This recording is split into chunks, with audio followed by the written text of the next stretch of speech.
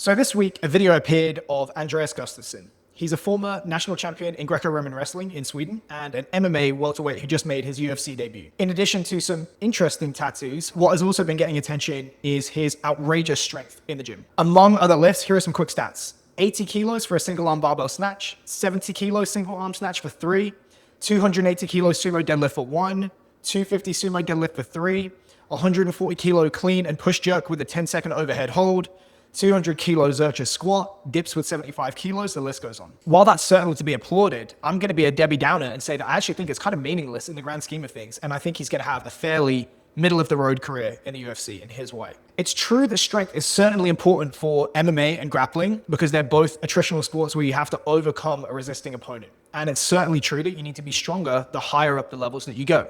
But as much as I hate to admit this as a quote-unquote strength coach, strength really only tells you who isn't going to be a champion. It doesn't tell you who will. Once you're in the ballpark of strength for both your sport and the level that you compete at, and the level is always lower than you think, all other factors take over. Think of it this way. If you're 4 feet tall, are you ever going to be a center in the NBA? We can say with 100% certainty, absolutely not. But if you're 7 feet tall, is that a guarantee that you are going to make it? No.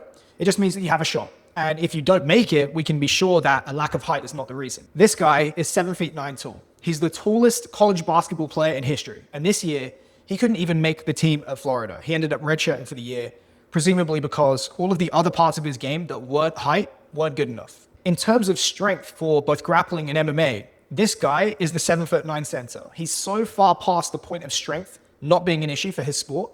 The other variables are going to be the reason that he's not a champion or the limiting factor to his performance.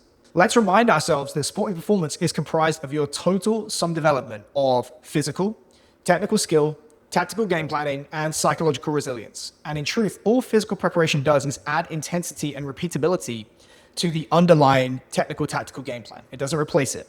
This is why it's actually very common to see relatively weaker athletes beat physical specimens in combat sports, jiu-jitsu included.